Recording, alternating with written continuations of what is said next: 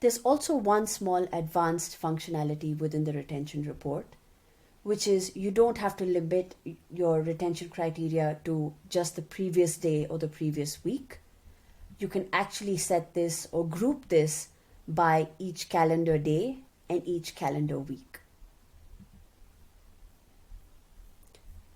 Another thing that you might find valuable within the retention report is frequency analysis.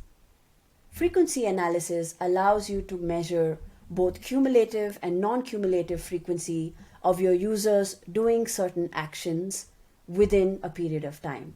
So in this case, you're looking at what is the frequency of my users performing purchases in a 30-day time period, and how often do these users perform this event at least in a certain number of hours in a day.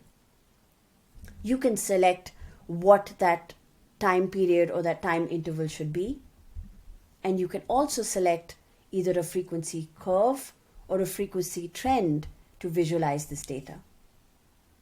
You can read more about the retention analysis and the frequency analysis by going into the Mixpanel Help Center and reading about both of these reports.